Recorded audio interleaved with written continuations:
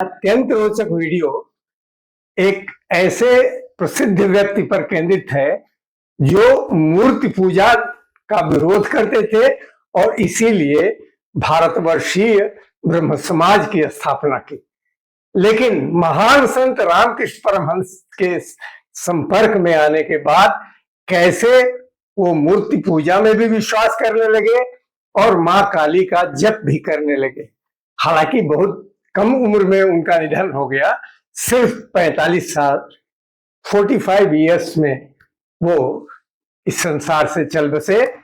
लेकिन उन्होंने बहुत सारे काम किए और उन्होंने विधवा विवाह कराए और जो सन 1861 में पहला भारतीय समाचार पत्र निकला द इंडियन मिरर, उसके को ओनर थे और संपादक भी थे और उन पर भारत सरकार ने डाक टिकट जारी किया। अनेक काम किए उन्होंने। अंतिम समय में जब बीमार पड़े तो उनके घर रामकृष्ण परमहंस जी गए और कई ऐसी बातें बताई जो आज भी प्रासंगिक है और क्या नहीं करना चाहिए, घर में कहाँ अंधेरा नहीं होना चाहिए, इस पर उन्होंने क्या कहा, ये हम लोगों के लिए सीखने लायक है। तो बहुत ही रोचक वीडियो है। पहली बार उनसे मिलने महान संत रामकृष्ण परमहंस खुद गए थे। जैसे ईश्वर चंद्र विद्यासागर के यहाँ खुद गए थे ऐसे महान संत, वैसे ही केशवचंद्र सेन के भी घर गए थे।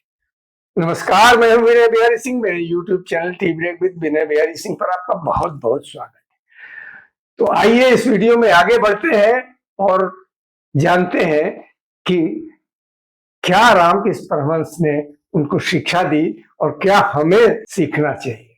जब महान संत रामकृष्ण परमहंस जी ने सुना कि उनके भक्त केशवचंद्र सेन बहुत गंभीर रूप से बीमार हैं, तो वो दक्षिणेश्वर से कलकत्ता आए उनके घर।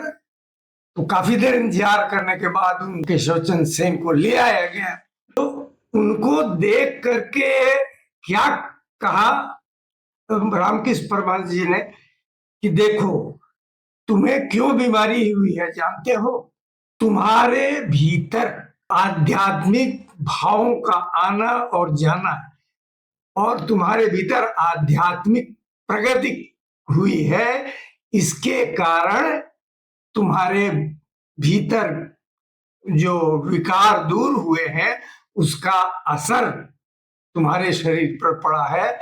अग्नि जैसे चीजों को भस्म कर देती है, तुम्हारे भीतर की ज्ञानाग्नि ने शरीर की जो बची कुची खराब चीजें थी वो हटा दी और अब तुम एकदम से निर्मल हो गए हो। केशवचंद्र सेन की माता जी ने कि महान संत रामकृष्ण परमहंस जी उनके घर आए हुए हैं, तो वो आ गई बैठक खाने में और दरवाजे के पीछे खड़ा होकर कहा कि केशव को आशीर्वाद दीजिए कि उसकी बीमारी ठीक हो जाए। अच्छा, तो देखिए, पहले बीमार होते थे केशवचंद्र सेन, तो क्या कहे, वो कहते थे कि जब तुम बीमार पड़ जाते हो, पहले की बात है, कहते थे कि जब तुम बीमार पड़ जाते हो तो मुझे बड़ी घबराहट होती है। पहली बार भी जब तुम बीमार पड़े थे तब रात के पिछले पहर में रोया था। देखिए, इतने महान संत, कहता था मां केशव को अगर कुछ हो गया तो फिर मैं किससे बात करूंगा। तब कलकत्ता आने पर मैंने सिद्धेश्वरी को नारियल और चीनी चढ़ाई थी, मां के पास मनौती मानी थी जिससे बीमारी अच्छी हो जाए, यानी तुम्हारी बीमारी अच्छी हो जाए। अब क्या कह रहे हैं, जब माँ उनकी कह रही हैं, केशवचंद्र सेन की माँ कह रही हैं कि केशव को आशीर्वाद दीजिए उसकी बीमारी ठीक हो जाए, तो कह रहे हैं कि मैं आशीर्वाद कैसे दे सकता हूं, तुम माँ से प्रार्थना करो कि ये बीमारी ठीक करें और स्वस्थ करें। देखिए कैसा बदल गया। उनको पता चल गया कि 40 दिन, आज से 40 दिन के बाद केशवचंद्र सेन का देहांत होने वाला है। ऐसे उच्च कोटि के संत। और जब केशव चंद्र सेन अपने ड्राइंग रूम से, अपने कमरे से इस ड्राइंग रूम में जहाँ रामकृष्ण परमहंस जी बैठे थे वहां आए, तो सीधे चल नहीं सकते थे, इतने गंभीर रूप से बीमार थे। और दीवार पकड़ करके किसी तरह धीरे धीरे वो उनके पास आए और बिल्कुल लेट कर प्रणाम किया और उनको उठाया गया। और ये अवस्था देख करके रामकृष्ण परमहंस जी नीचे बैठे, जमीन पर बैठ गए। और देखिए क्या प्रेम था रामकृष्ण परमहंस जी को देख करके। और केशव चंद्र सेन ने उनकी बाह पकड़ी और उसको सहलाने लगे। इतने महान संत की बाह पकड़ी और उस बाह को सहलाने लगे, इससे उनको सांत्वना मिल रही थी। तो रामकृष्ण परमहंस जी भी केशव चंद्र सेन को बहुत मानते थे। और देखिए क्या अजब है, केशव चंद्र सेन भारतवर्षीय ब्रह्म समाज के संस्थापक थे। और देखिए वो एक निराकार ब्रह्म के उपासक कैसे रामकृष्ण परमहंस जी के भक्त बने। और केशव चंद्र सेन के अनुयायियों ने बताया कि केशव चंद्र सेन माँ माँ माँ काली को पुकारते रहते हैं। एक निराकार ब्रह्म को मानने वाला व्यक्ति रामकृष्ण परमहंस जी जैसे महान संत के प्रभाव में आकर के कैसे रूपांतरित होता है और कैसे साकार ब्रह्म का यानी मूर्ति की भी पूजा करने लगता है।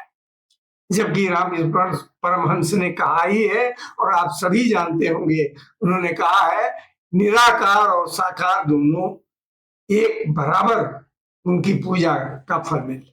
अगर साकार पूजा करेंगे तो भी साकार में, लेकिन निराकार देखना पड़ेगा। तो इस तरह उन्होंने कहा और काफी देर तक उनसे बात करते रहे।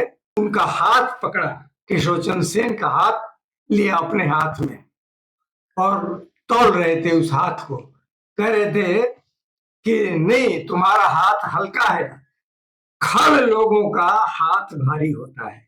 सभी लोग हंसने लगे वहां जो बैठे थे।